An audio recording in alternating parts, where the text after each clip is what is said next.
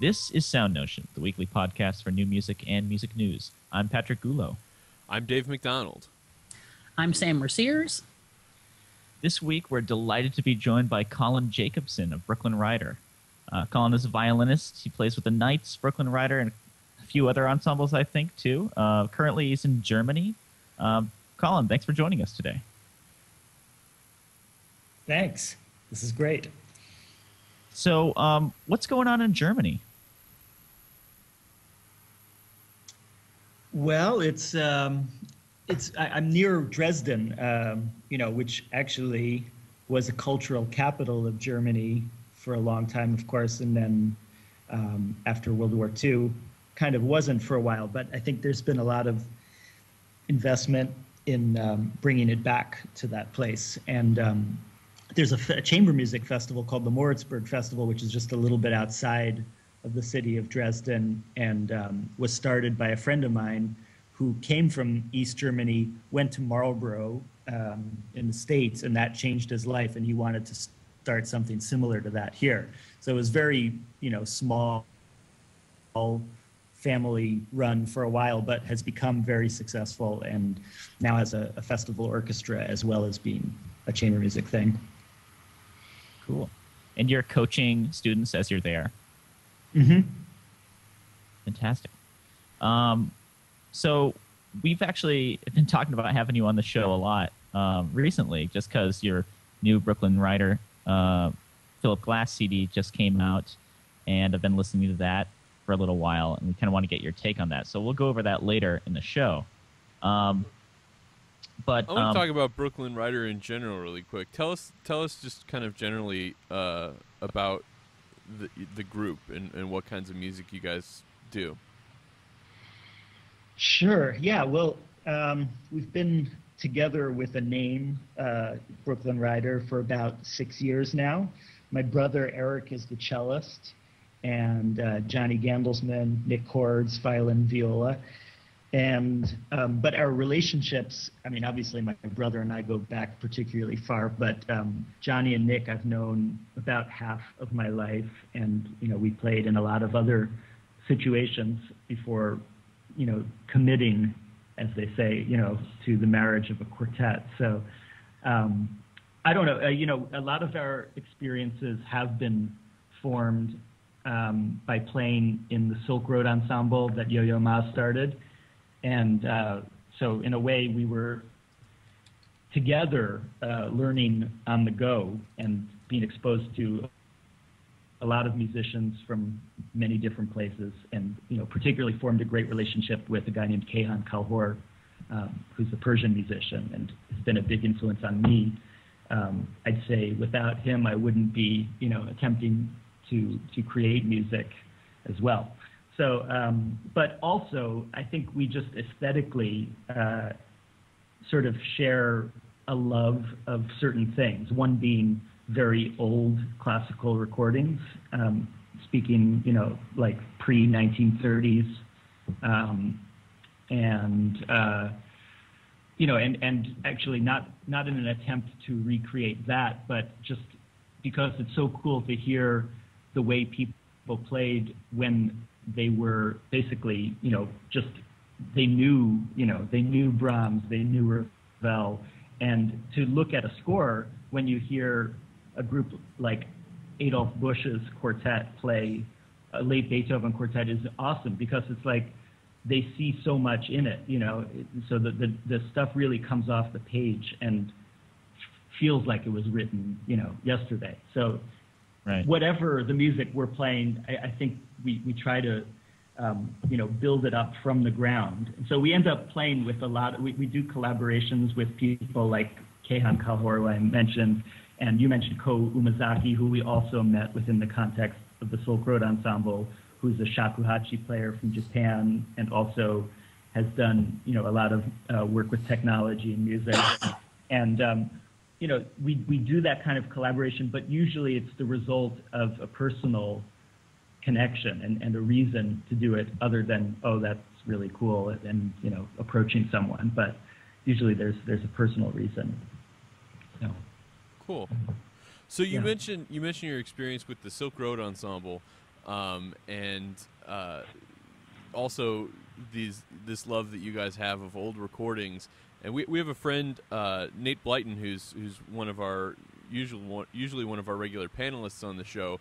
He couldn't be with us; he's on vacation this weekend. But he's a violist, and he's been listening to a lot of Brooklyn Rider recently. And he left us some questions that he would have wanted to ask you had he been able to make it, because he was totally bummed that he couldn't make it today. But Sure. He's always been impressed by the number of styles that you guys play in all the time. You know, obviously something like the Silk Road Ensemble is very different from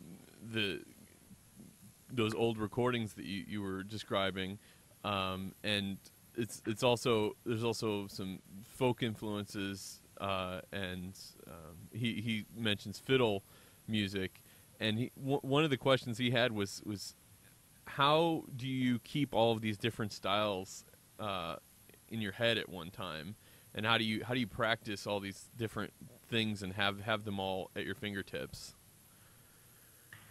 Well, it's a good question. I mean, I think first of all, I would start with what I just said about building a piece up from the ground. Instead of saying, you know, that's Debussy and that's how his music goes, and you know, that's Beethoven, that's how it goes, that's Schnittke. You know, I think we do try to approach each piece as its own world and see what's in the score and see what resonates with us as a group. And so I think, say you were a specialist in Bach, you know, you still would find infinite variety of worlds within his one music. Then, you know, take that further, and if, say you're even, you know, someone who just plays traditional classical music, you're at this point responsible for music basically from Bach until Bartok, let's say, if you're really, really conservative, you know, and that's still an infinite variety of worlds that you're responsible for. So I actually feel like it is a responsibility of a musician, particularly a performer, to be flexible. And like an actor, you know, if you agree to take on a part, it is your job to bring that part to life best as you can. So style will come into that. I mean, you know, if you're an actor, it's language and character.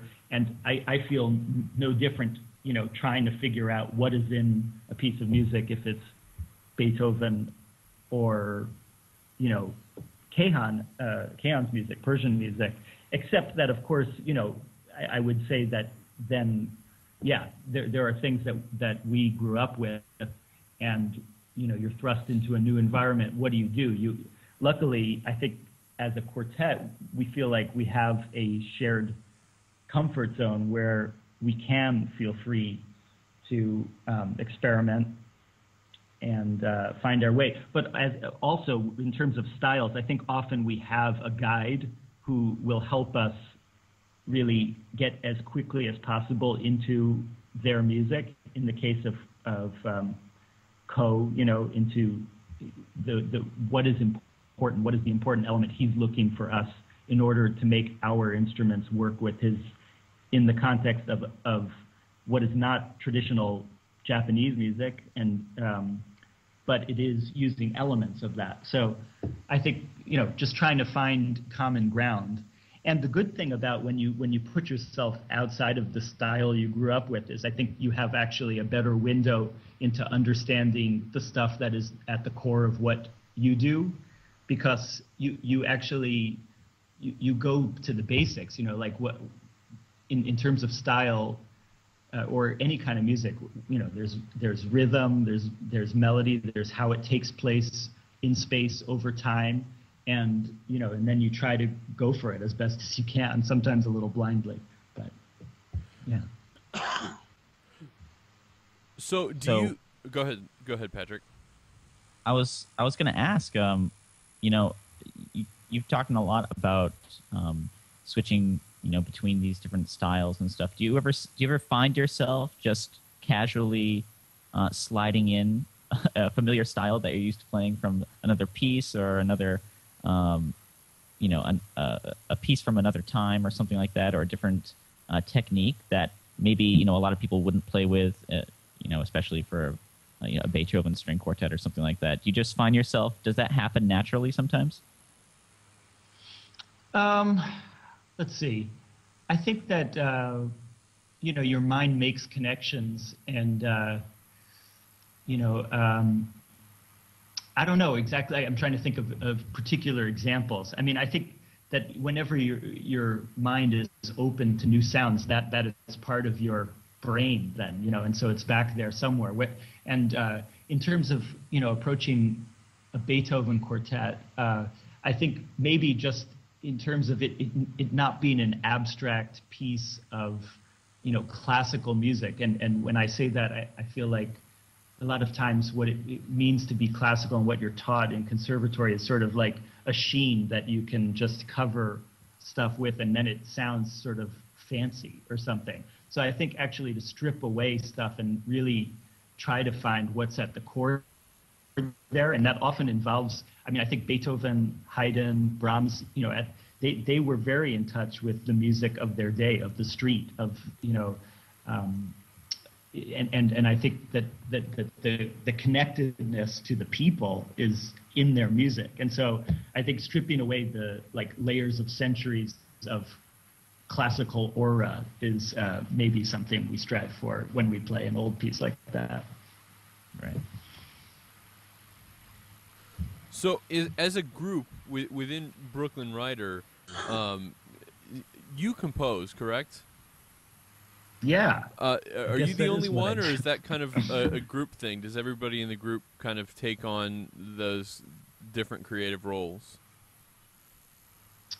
Up till this point, basically, I'm the one who's done that. Johnny made a beautiful arrangement of a Piazzolla piece called, what was it called? Something like Rough Dancer and the Cyclical Night, I think. It was a beautiful thing. And we all did collaborate once with a band named 2 Foot Yard, which is made up of Carla Kilstedt, Marika Hughes, and Shazad Ismaili. And so it's a violinist and a cellist who both sing, and Shazad plays guitar, electric guitar, drums, all sorts of stuff. And we were asked by University of North Carolina to make a piece together. And we used as a point of departure Einstein's Dreams, a book by Alan Lightman, which is a bunch of, I don't know if you guys, have you read that? I've heard of it. I can't say that I've read poetic musings. It's sweet, and it was just a good point of departure for all of us to get into, and we all did contribute material to that, which ended up being like a 45-minute piece. So that was kind of the first time, and it inspired us as a group to think, oh, maybe we should try that out just as a quartet. So that is something we're trying to do, is create a group piece over the next year. But yeah. And since you guys are all so creative, do you feel that kind of license when you approach works by other people to kind of maybe make some changes that maybe the composer would not have made? Well, I think it's a sense of license coupled with responsibility, because, if you write something and you have a real vision for it, you want people to be sort of faithful to that and to give it its best shot before making drastic changes, I would say. So, yeah, but I think it may be the good thing about trying to create something is that I think it does give you empathy for that process and for what someone else may be trying to do, and to try to get as quickly to the core of what they're trying to do and to bring that to life, as fast as possible. Right. So, speaking of your relationships with the other members of Brooklyn Rider and Co and other people that you've been collaborating with, let's talk about this article with that Rob Deemer wrote for New Music Box. Did you guys take a look at this? It's performer relations. Rob Deemer is currently at Interlochen for the summer camp there, and he seems to be, he seems to be beside himself with the collaboration between the composers there and the performers that they've met. It's like he sounds like he's kind of this fatherly figure who's watching the kids grow up or something like that. Oh, look at them all playing nicely together. This is what he wants to see. Yes, we should emphasize for those not familiar with Interlochen, it's in the summer, a summer camp for kids in high school and I think younger as well. Yes. Yeah. But so he's dealing with high school composers and performers, and he's really enjoying seeing all these relationships build. So go ahead, Patrick.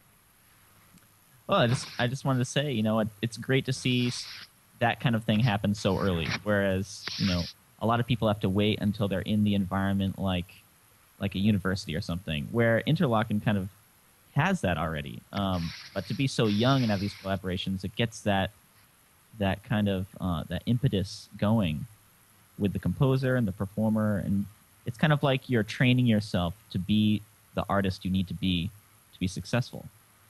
Well, and a part of that is simple networking. That's really the point he's making. He even talks about what how social networks would call bonding and bridging social networks. What may seem on the surface like simple bonding situations are really the first steps in years-long partnerships between two individuals. These partnerships can start immediately or sit dormant. In other words, make the contacts. And social media makes it easier to maintain those contacts sort of loosely over long periods of time. But having that, that name of that person that plays cello or whatever in your pocket might be something you use 5 years down the road, 3 years down the road, or a week down the road. Mm-hmm. It's like when I'm dealing with students, I'm telling them, answer your email. It's sort of in the same genre of thing, communicate with people, please. I know. A lot of people who don't answer their email. Yeah. In getting these younger artists to realize that something like answering your email or actually collaborating and communicating with the contacts you make is a huge part of what you're going to be doing if you really want to get into this world. Not just this world, but any world. They could become, go off and get a master's degree in, supply chain management or something. That skill is still going to be something that's valuable to you. Right. What do you think about? So these are all young kids. I don't know about you, but my ideas about music changed a lot after I left high school. Do you think that these kids are going to continue their artistic relationships after their ideas about music change? I think a lot is going to change when they go off and study with other people. That's true. In college. So I don't know, maybe they would grow musically together in the same direction with in a composer-performer relationship. Well, you're also discounting how easy it is for them to maintain sets of networks now. Probably. Remember it being that way when you were in high school, because it wasn't that way. But, not to beat that dead horse again, but I'm going to. Facebook makes it, you click and you got that person as a friend, and you might not think or talk to them again for 6 years, and then you see a wall posting come by that says, so-and-so, this person I remember from Interlochen 8 years ago, wrote a string quartet. Oh, wait a minute, I'm a string player, or something like that. Yeah. Well, not to make you feel old, Sam, but Facebook was founded during my freshman year of college. Yeah. And I was on Facebook in the fall of my first year of college. Right, so you didn't have it in high school, just like I said. Right, but I was connecting with my high school friends who I still knew relatively well at the time. That's true. And were you sending your compositions to them? Yeah. Well, here's the difference. The difference to me is not that I didn't have Facebook, but that I didn't know great performers from high school. There you go. I didn't go to a kind of mini conservatory when I was a kid. I think that's the interesting thing here is the idea of these little mini conservatories like Interlochen, and of course during the year Interlochen is still there. It's a year-round arts academy. In the summer it's the camp thing, but during the year it's a regular school. Colin, what's been your experience? Well, I was just going to say that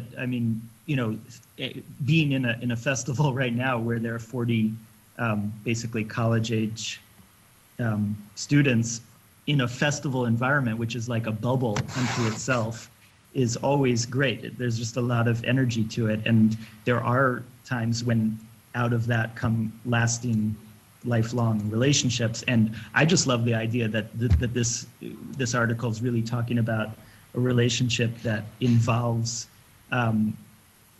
composers, because there are plenty of situations where there are chamber music happenings or festivals. I went to Ravinia, which has a great chamber music thing, but everyone there is a performer and they're mostly studying old music. So the idea that it really involves composers, I think is something like, yeah, why doesn't that happen more? And I think it's partly just that the nature of composing is somewhat more antisocial some of the time, but it's really heartening to hear that that's working there. So I also think that composing is usually something people start a little bit later than they start, for example, playing the violin.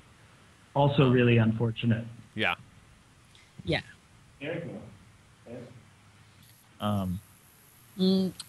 So should we go ahead, Sam? No matter whether they make any lasting relationships that actually have any influence on their life, it's certainly going to be an experience for them. And I think of it as practice. It's practice, working and building relationships. And practicing working with composers and performers. I mean, that's a relationship that I think is different from the relationships you have between performers. Yes. And it's something you need to learn, how to deal with somebody playing your music, or for the performer, how to deal with playing the music of somebody who's sitting across the room from you. Is I think a very different thing than playing the music of somebody who is been dead for 200 years. Yes. And I think that's a great thing for those kids to experience. And not only to play the music of somebody that's across the room, but to play the music of a peer, I think is something that's really, I don't think I got that experience until I was at least 22. Right. I mean, I think that every one of the people at a place like Interlaken should be forced to be writing music also. If I could go back, I took composition in pre-college at Juilliard, but it just, I wish it could have assumed a greater importance earlier in my life, and that was, what are we doing? But we're in a living art form, hopefully. So it should not be divided like that. So what is your history like, Colin, of working with composers? Either with Brooklyn Rider or the Knights or as an individual? You mean what kind of experiences have we had, or? Yeah. How did they come about, and how was the collaborative process? Experiences.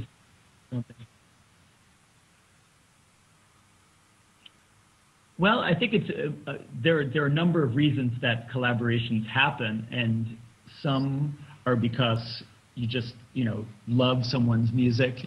Some are someone approaches you with a project, and there's a reality to being like, yeah, this is a good thing to do on many levels, And actually, I think that ultimately, because the thing we're involved in, especially when it involves something like an orchestra, but time is just precious in general, and it costs a lot of money to make things happen. So you want to make sure that you're spending time wisely.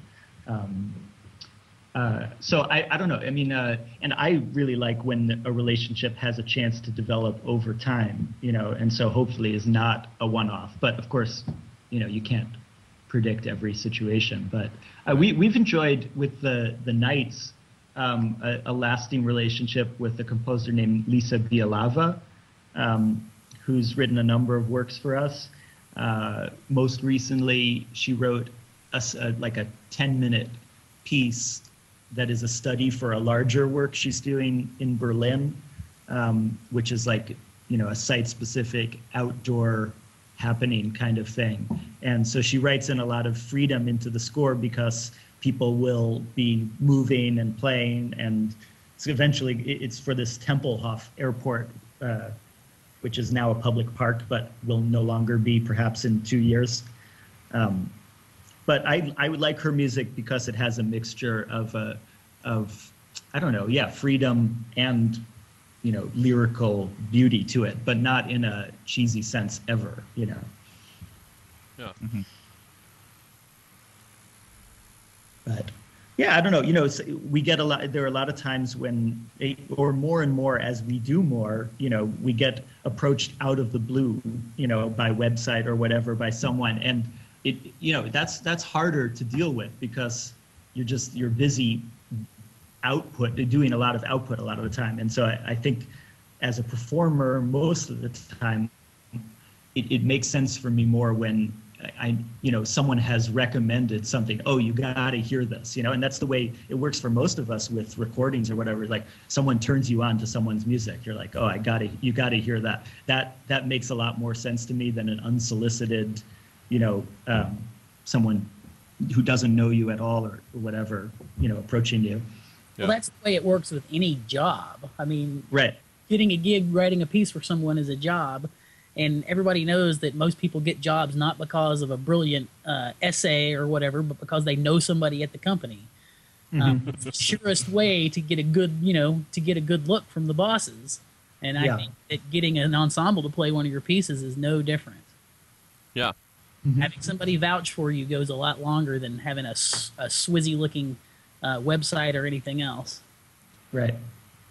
Well, speaking of composer-performer relations, one of the few ways that composers and performers are communicating all the time is through their notation. And there was a great article in the New York Times this week, of all places. I guess it wasn't actually published in the Times. It was on the Times blog. I don't think it was actually printed. Blog. Say what? The Opinionator. Okay, so it was on the Opinionator. So I don't think it gets printed.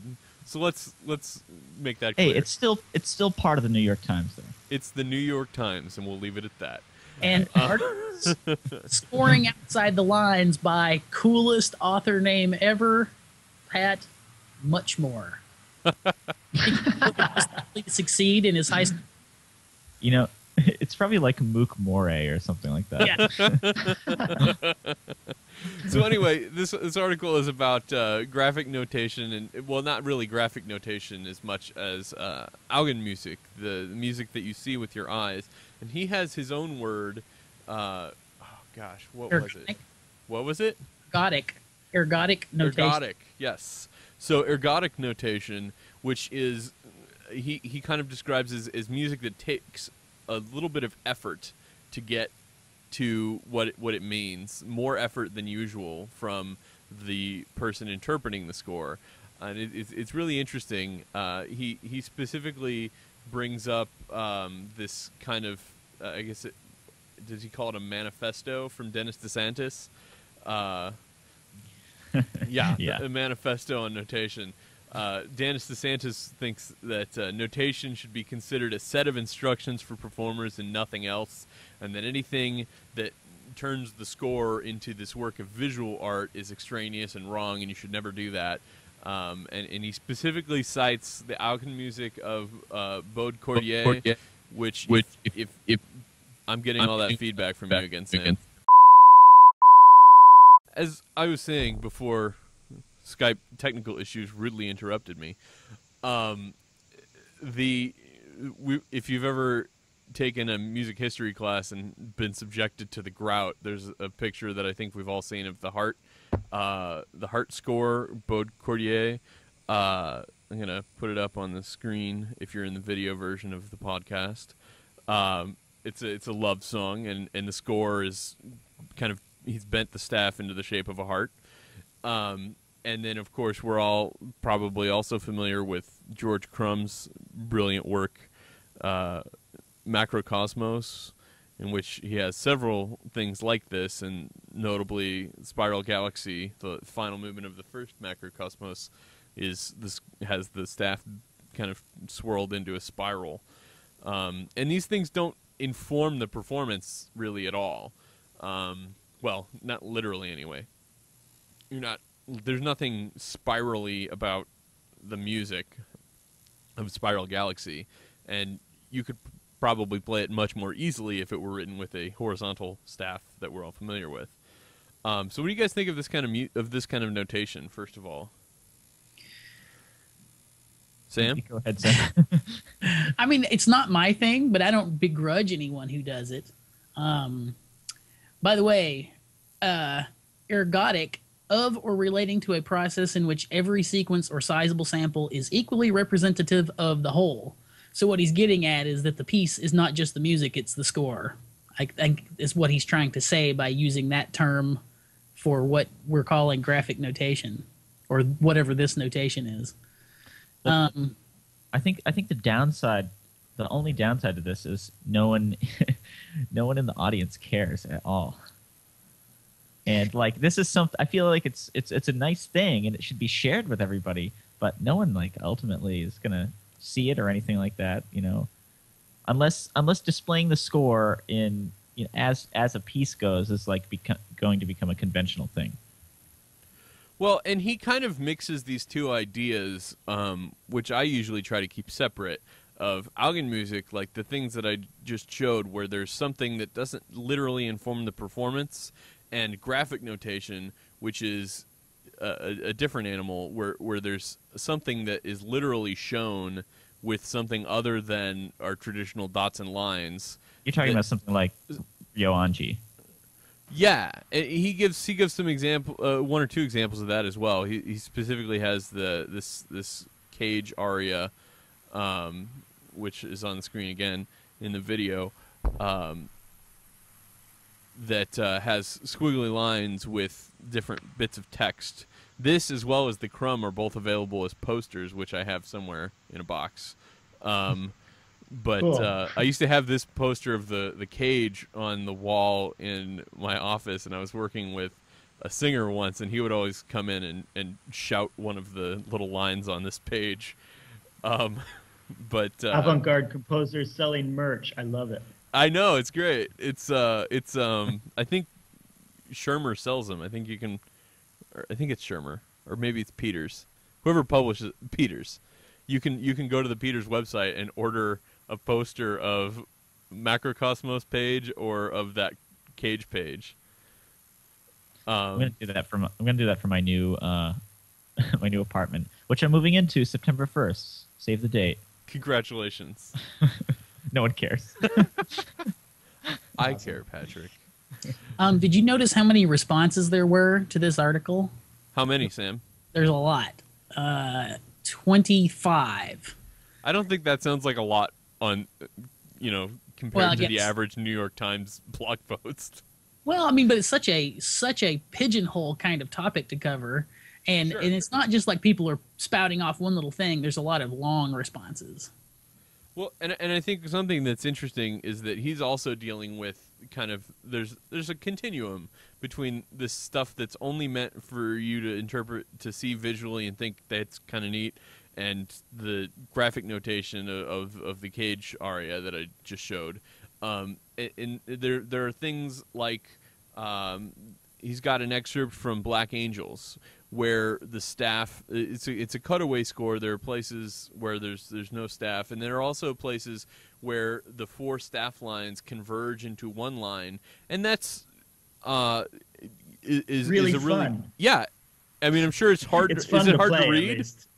Have you? I mean, yeah, at first, sure, but it's such it's all theater, so I think it's theater, on the page as well. I think that whole piece is about ritual, and without, so it's really like play, and I enjoyed that aspect of it. So do you think having that kind of notation as opposed to traditional notation, would you say that your interpretation is going to be different in a negligible way, or is it like a serious? Well, I will say that the way something looks on the page, even all with conventional notation, does affect, I feel like, people who mostly play music off a page rather than only orally based, because we do spend a lot of our time looking at notes. So personally, for instance, I love playing Bach sonatas off of his autograph because it looks so beautiful.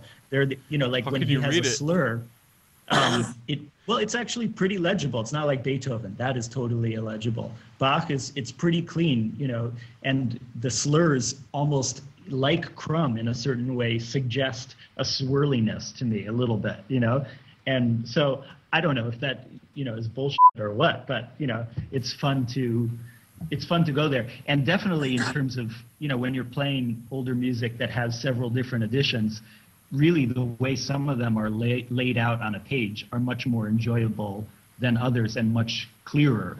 And, unfortunately, like now we've got everyone just prints out their music, likewise, and it has no individual character anymore. But I suppose, we can overcome that too. But, Yeah. Yeah, and I think a lot of times the things that are shown in these crazy graphic scores really do inform it. When I mentioned Black Angels, when all those staves zoom together into one staff, it's an indication that all of the parts have done that, and you can hear it. I think in that case. You hear that there were all these disparate things that have all crashed together into one thing. Right, and you don't need to notate it that way, but it's fun. Yeah, sure. And we should all have fun. Go ahead, Patrick. Yeah. Well, I was gonna. It's. Do you think there's any kind of this is also a problem for composers today too. Like we don't have a great computer program to do this, too. We all want to use the latest Sibelius or the latest Finale or something like that. At least I do. I like having that interaction with the computer and stuff when writing music. But this I guess it's a great exercise to for writing by hand too. Because you can't do it. You can't do it on the computer. Yeah, that's true. It's something that maybe we're losing, and I always am concerned about that. When even in my own music, but especially when I'm teaching students that are just starting out and are doing everything in the computer from note one. I'm always concerned that they're making choices based on what they know how to make the computer do, rather than what they want to hear. And you're saying it's a bad thing? Well, yeah, I'm saying that it's a bad thing. It's probably way. Say what? People run their lives that way, make decisions based on what they know how to make their computer do. Okay. Well, I don't want to be one of those people, and I don't want my students to be those people. Agreed. But this is probably a discussion for another time. Just as an interesting side note of this discussion of this type of notation, it's interesting that you can take like Pure Data, for instance, and do an electronic piece that runs through Pure Data and then have Pure Data generate basically a graphical score of that piece, even though a score doesn't exist. So it's creating a visual artifact out of the processes you use to generate the noise itself. So Cool. perhaps that will be a discussion for another time. Maybe. So something kind of surprising in the last week or so of news, the New York City Opera, and if you've read any blogs or any news about classical music in New York over the last month or so, you have heard about some of the financial issues the New York City Opera is having. City Opera has decided that they need to do a little bit of downsizing, and we've all been a part of that, I'm sure, by now. But who would have thought that they would downsize the position of music director, which is what they announced that they would do this week. Now, I think they're still probably going to have conductors for the opera. But what do you think they lose, or do you think they lose something? I suppose we should start there, by getting rid of the position of music director. They lose the face of the opera company.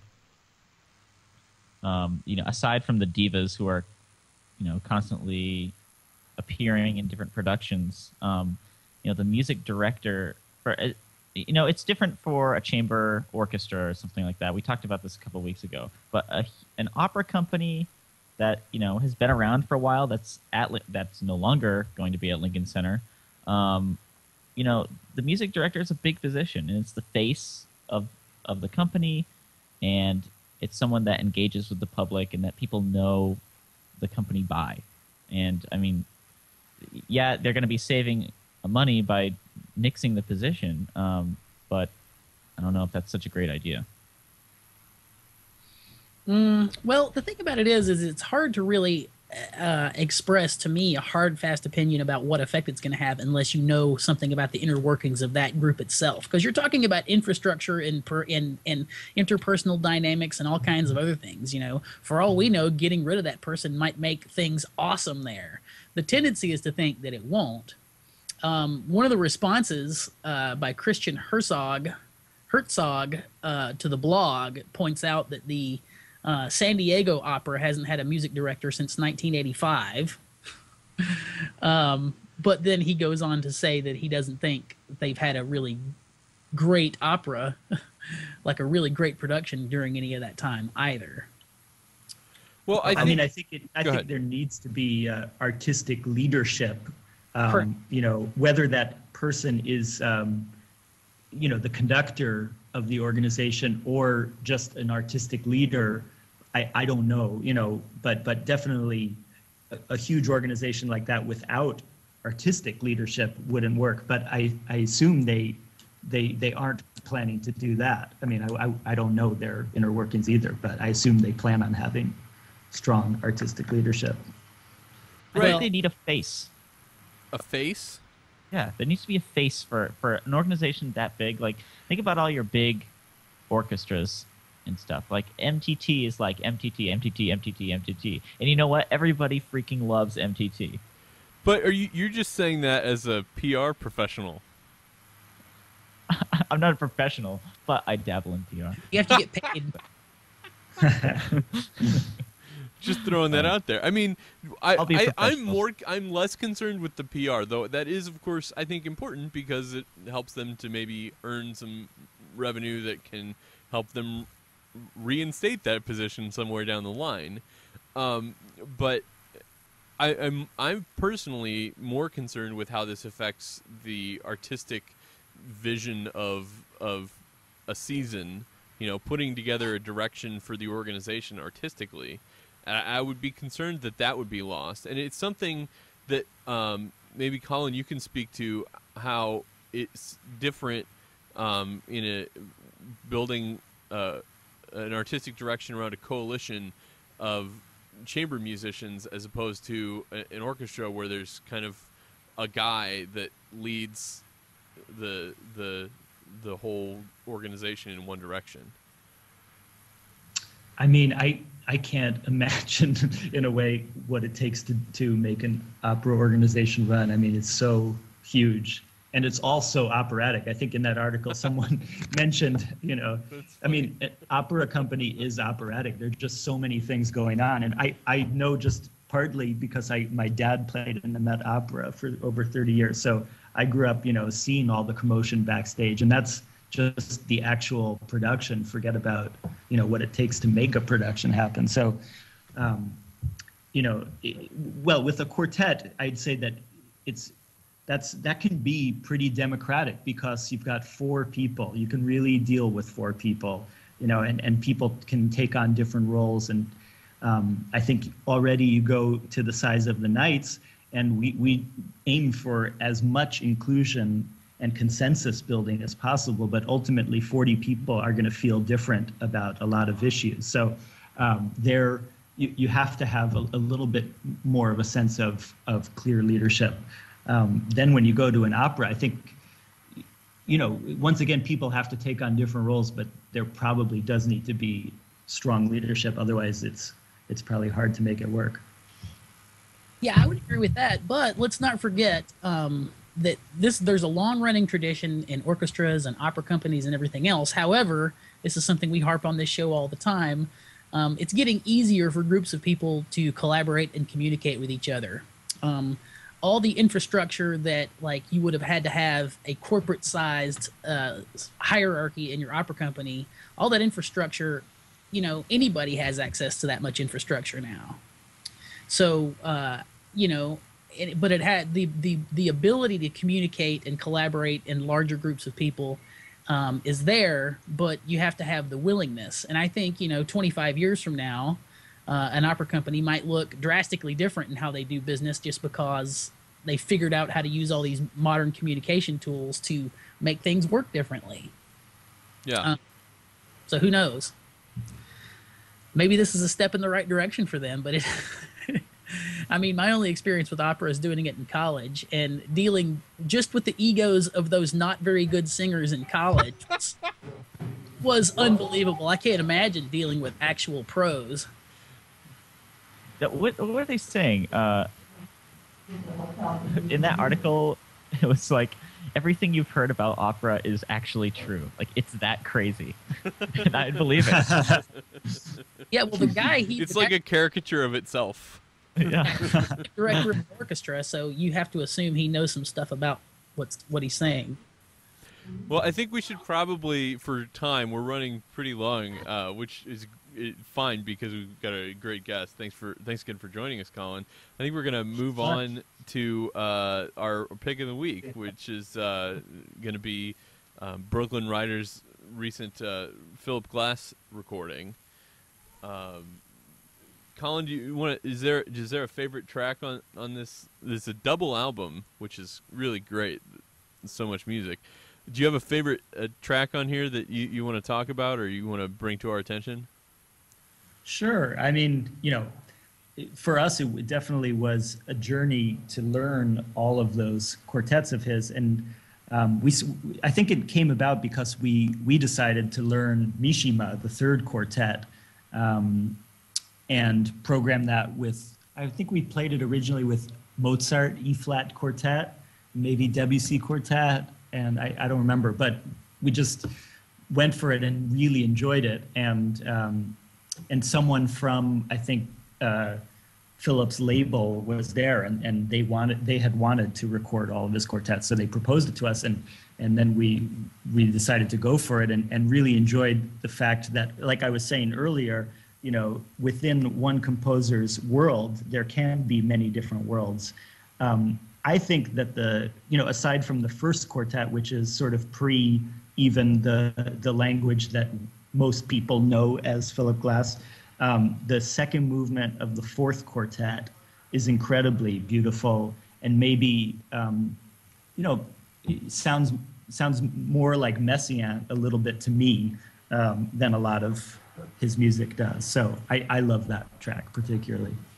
Well, let's listen to that then. I'm gonna listen to just 30 seconds or so of this is the second movement of the fourth Glass string quartet performed by Brooklyn Rider, including our guest Colin Jacobsen.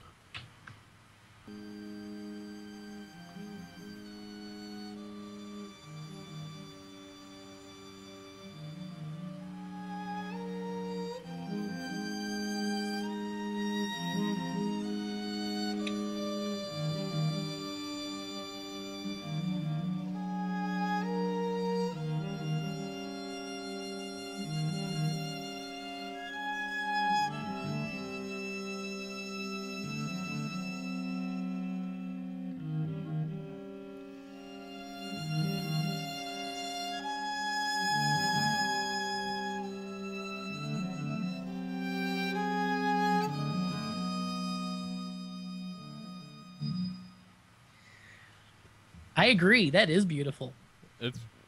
I have to say I'm not personally a big fan of Philip Glass, but that I really dig. Yeah. That's my sentiment exactly, which maybe proves that I haven't listened to enough Philip Glass. Yeah, maybe well, maybe that's what I've learned. That album. I mean, I think maybe I'm partial because I play quartets, but a lot of composers wrote their best stuff for that combination. I feel like he might not be an exception. Yeah.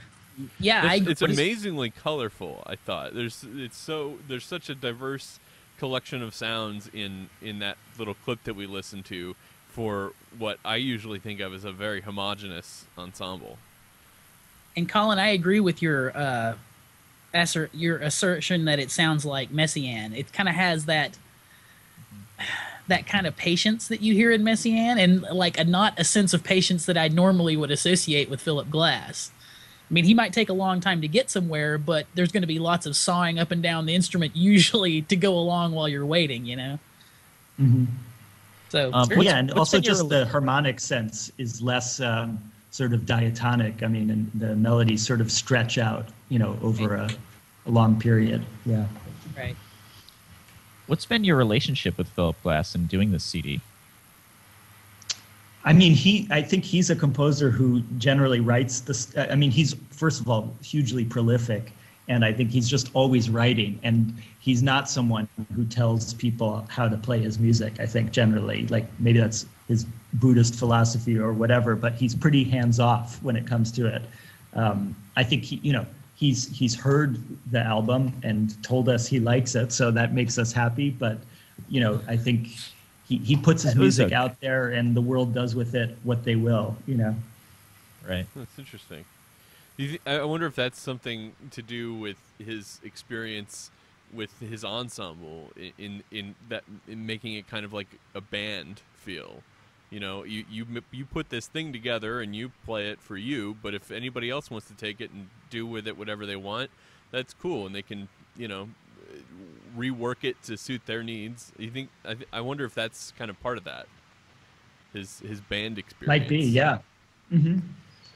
Well, and I think also just the experience of when he first started, you know, that there were many, I mean, it was very underground as far as I know. Like, you know, it just, people were very against it, and he remains, you know, an enigmatic composer in a way, because there he is, you know, supposedly one of the most famous living composers, and yet I think the Philadelphia Orchestra has never played a single piece of his, you know, and other groups like that. Broke. So he just, well, yeah, maybe they should have played his music. I don't know.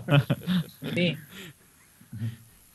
How long a period of time did it take to record all of this stuff? Did it happen in like one mammoth session, or did it occur in a bunch of different sessions in different locations?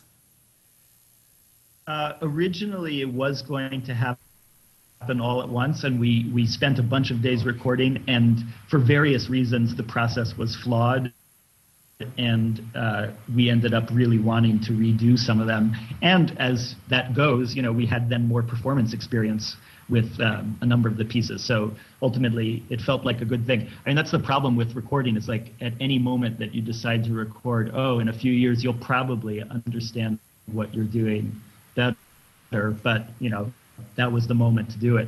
So I think of the original session, the first quartet and the sixth quartet are from then, which was about 3 years ago.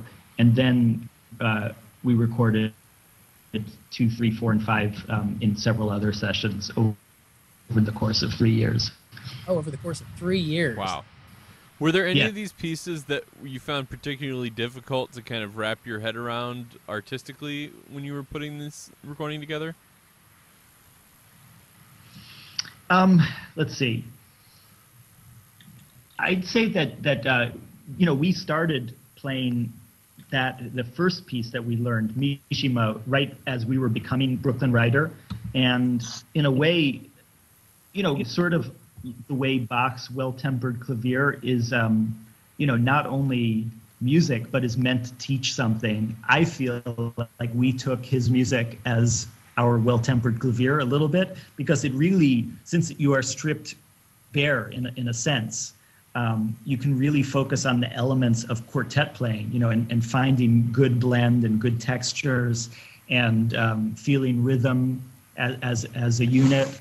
And so I think all of them actually deal with those problems, just like the mechanics of quartet playing, but the way like mechanics elevated to the level of, you know, perhaps some sort of devotional act, I think is how we tried to treat it. And so, you know, I think, as I said, each one is a different piece, but there were things that we could take from one and apply to another in terms of how to make them happen. You know?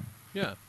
Speaking of let's Mishima, go ahead before we move on to that. Let's listen to one really quick clip just from that first movement of Mishima. One more clip, and then we'll continue the conversation.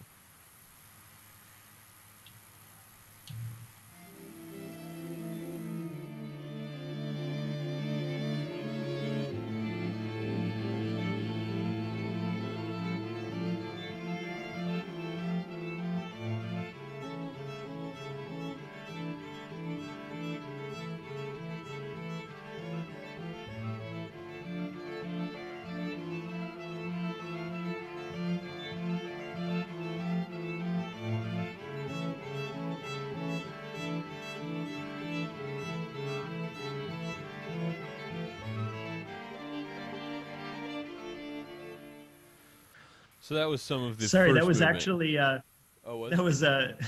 That was a John Cage nice mashup at the beginning. It was the end of the fourth quartet plus Mishima simultaneously. So was it? It was reminding me of if John Cage. I think I remember reading that he was asked once if he would conduct a Beethoven symphony, and he was said only if he could do all 9 at the same time. I'm sorry, that was my fault with the controls over here. No problem.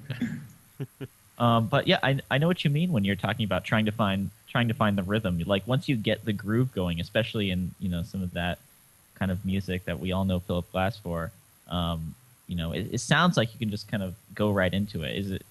Do you feel like once you lock, that's it?